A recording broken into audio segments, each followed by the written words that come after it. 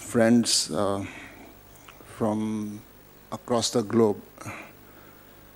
This is a dream come true for me and my team to have all of you sitting with us at this historic event for KLE Society.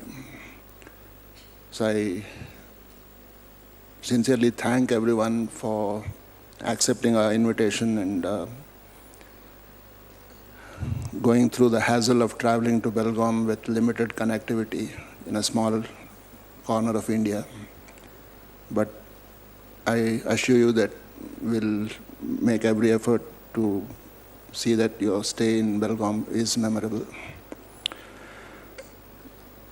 What I am presenting in the next 15 minutes or so is one of the cluster randomized trials that the global network embarked on between 2009 and 2011.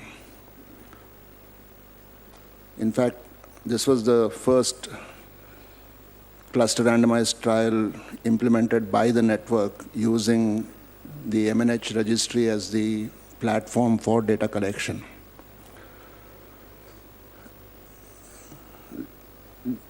The protocol came up as a sort of a combined effort of the Belgaum and Pakistan group from AKU, who are our sister unit within the global network. Perhaps one of the most ambitious protocols that has been taken up by the network in the last 15 years of its existence. I don't think I need to tell this audience about the whole burden of mortality that we as public health people are trying to address through several of our interventions. And in fact, what the network is really trying to do is essentially translational research, if one may say so, of taking known interventions that have proven to work at scale to a community level and see what model we can adopt to implement those known interventions so that we can reduce the burden of mortality and morbidity in our communities. So that's sort of the philosophy on which the network has operated in the last several years. And the setting in which the network sites are also the sites where we have the highest burdens of maternal mortality. I mean, all those dark areas in South Asia and Africa, which is where majority of the global network sites are.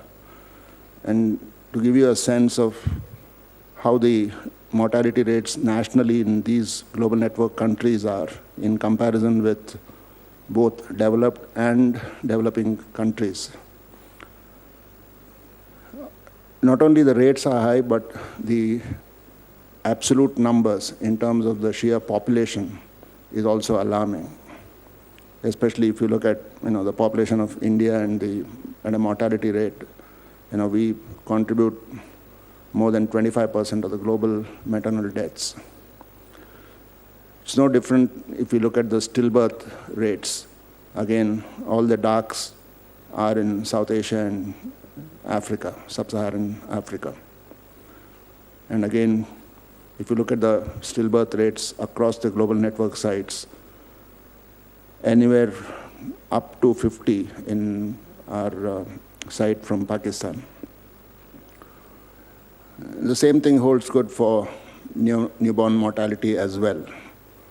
Again, most of the burden comes from South Asia and sub-Saharan Africa.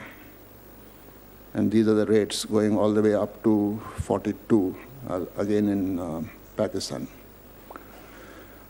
So the network has basically tried to implement common protocols because the problems across the global network sites are similar. Whether we look at maternal mortality, newborn mortality, or stillbirth rates, and their causes, whether we are looking at South Asian sites or the African sites, or for that matter, even in the Central American site, that's Guatemala, the causes and the mortality burden are almost similar. You will hear about the other common protocols during this program. What I am focusing on is the cluster randomized trial of emergency obstetric and newborn care that we implemented. So the model that we used for the intervention was, rather than looking at bits and pieces of the healthcare system, we try to have a comprehensive approach, looking at the entire spectrum from home to a health facility, involving the community, the healthcare providers at multiple levels, and basically what the goal or the focus was of the intervention was empower the communities to identify what the problems in their areas are as far as maternal and newborn health are concerned, help them to analyze the mortality and morbidity burden, identify barriers to health care, devise their own strategies for overcoming those barriers, and then simultaneously also work with the healthcare facilities to, number one, improve the quality of care through skilled birth attendant training, as well as look at the whole spectrum of supplies and services available at these facilities through periodic assessment. So as I said, this was a real ambitious intervention. And more than 100 clusters across, and we had Argentina as one of the sites in that trial. The only country with a relatively lower mortality burden, but all the other sites, 2 in India, Pakistan, Kenya, Zambia, and Guatemala, had almost an equal share of the clusters. We in Belgaum had 20 clusters, 10 randomized to the intervention and 10 acting as the control. And the assessment of the outcomes was done independently by the registry that Dr. Honunga described earlier this morning. So we had a 6-month active baseline period where we tried to establish the registry and capture the baseline mortality rates between April 2009 and September 2009. The intervention itself lasted for about 24 months, starting October 2009, and the study closed out in September 2011. So at the cluster level, all pregnant women who are permanent residents were enrolled to the registry, and you saw the follow-up rates close to 100% across all the global network sites. So we had a fairly good system of capturing the maternal and newborn outcomes, both morbidity and mortality. And we excluded the infants less than 1,000 grams because in these settings, survival of these infants is extremely difficult. And of course, the unknown birth weights were excluded from the analysis, but all pregnancies were enrolled. Although there were multiple components, one could sort of summarize them into 3 key focus areas.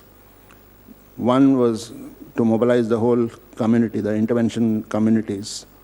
Second was to strengthen the skilled birth attendants at the facilities that were used or utilized by the intervention communities, and then also try to strengthen the services available at these facilities. The entire network trial has been described in BMC Medicine.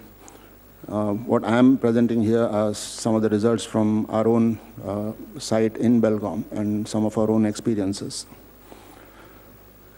So this is the model that we adopted for community mobilization.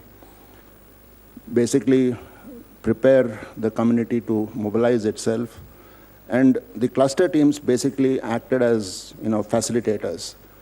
The entire program was, in fact, owned by the communities, and we only provided assistance, and we facilitated the process. The whole idea was that, hopefully, at the end of the study, the cycle should sustain on its own. So that was the intent. So each of the communities went through this process of organizing for action, identifying the health issues in their communities related to maternal and newborn health, identify barriers and plan strategies to overcome those barriers, and then take collective action, and then see whether those strategies are paying off in terms of reducing the mortality burden, or there needs to be a on-the-course correction of action. So we essentially reached out to all the communities within the intervention clusters, and the community itself took upon the activities related to community mobilization with, of course, technical assistance from the cluster teams. These were the problems that were identified by the communities as the ones which are contributing to the mortality burden. No surprises there. Hemorrhage, preeclampsia, eclampsia, prolonged labor, sepsis, and anemia on the maternal side, birth asphyxia, low birth weight, seizures, and infection on the newborn side were identified. And this is based on sort of the community death audits that the clusters initiated on their own. The strategies that they developed were, again, multi-pronged, going all the way from strengthening the services at the communities, improving antenatal care, early detection of high-risk conditions, preparing birth plan, mobilizing funds within the communities from their own contributions so that those funds could be made available to women or infants having problems.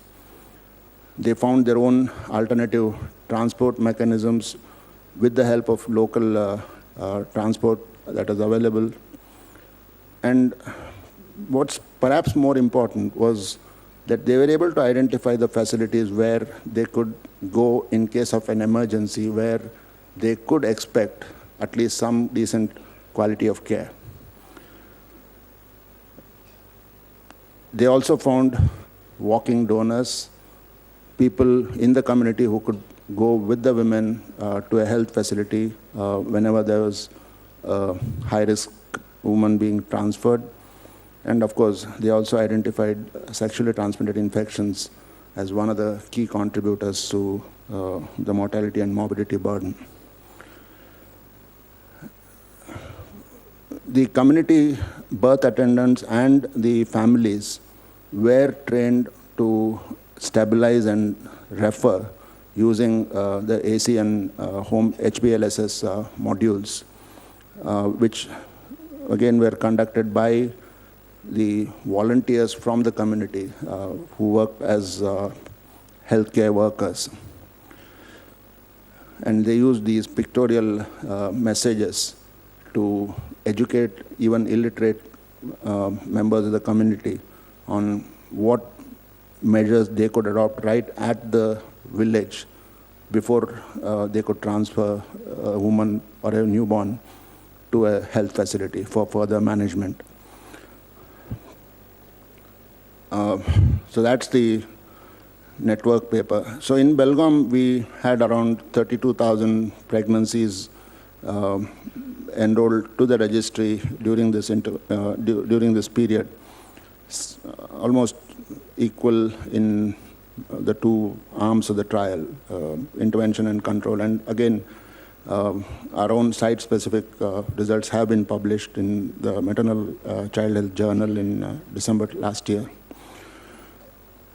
So what we found is, compared to baseline, there was a large, even though statistically not significant, because this was never powered to analyze the results at the individual site level. This was a network cluster randomized trial involving 106 clusters, and we only had 20 clusters in Belgaum. But even with those smaller numbers, what we were able to see was there was a remarkable reduction, especially in the perinatal mortality rates in the EMONC intervention group compared to the control clusters, where there was a trend towards reduction. You saw the trend data that was presented by Dr. Honunga because of the ministry push for facility births and skilled birth attendants. So there was a sort of a population-based trend towards reduction, but the intervention definitely had a much larger impact. But what we also found through the health facility assessment was during the course of these 2 years, there was a reduction both in terms of personnel available for conducting or managing complicated deliveries at these facilities, as well as the availability of critical supplies. The key here is blood products, especially for women experiencing postpartum hemorrhage, and availability of C-section for prolonged labor or obstructed labor. And both those went down during the course of the study. So if one can summarize the findings of our trial, we did see a remarkable increase in facility births during this period. You saw the rates reaching almost up to 98% by 2013. Of course, this study ended in late 2011. But we are already seeing that trend. The EMONC intervention did have a fairly large reduction in perinatal mortality, even though, as I said, did not reach statistical significance. And it appeared to improve birth outcomes in the intervention communities. So therefore, one could say that community mobilization does work as an effective strategy if we empower the communities to do their own assessment, identify their strategies, and address the burden in their own communities. I think they can be a very good partner in this whole effort. But eventually, what really matters is it's okay for the community to identify the women in high-risk status and send them to the facilities. Unless the facility is prepared to respond to that situation, that challenge, we are not really going to make a huge impact on reducing the mortality. So that is sort of the lesson that we learned from this whole protocol.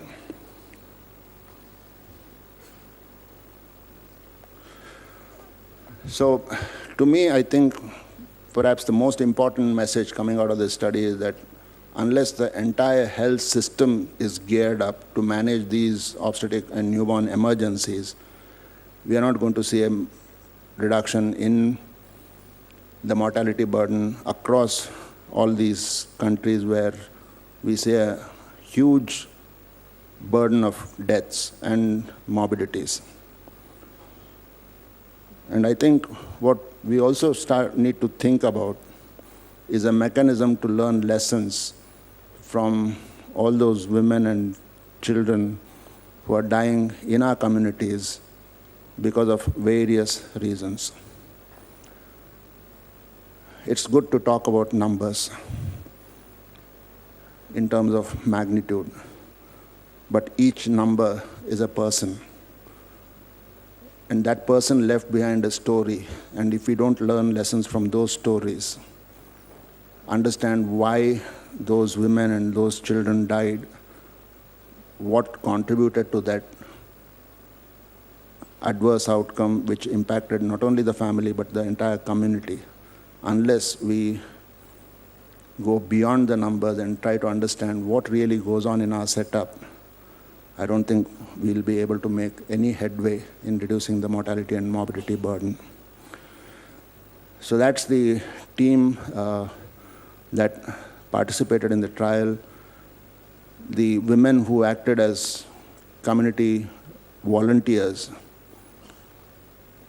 these were women stepping out of their homes for the first time in their life and taking up the responsibility of empowering their communities.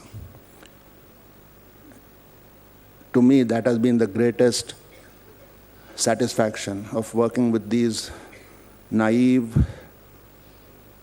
household women and getting them to work for their communities. We only paid a nominal amount for their travel and all that. It was mostly voluntary work that was done by the villagers themselves. So I really am proud of the work that they have done for their communities, and many of them continue to work with us on a number of other projects that we are currently implementing. So it's been a great long-term benefit from that whole experience. Thank you.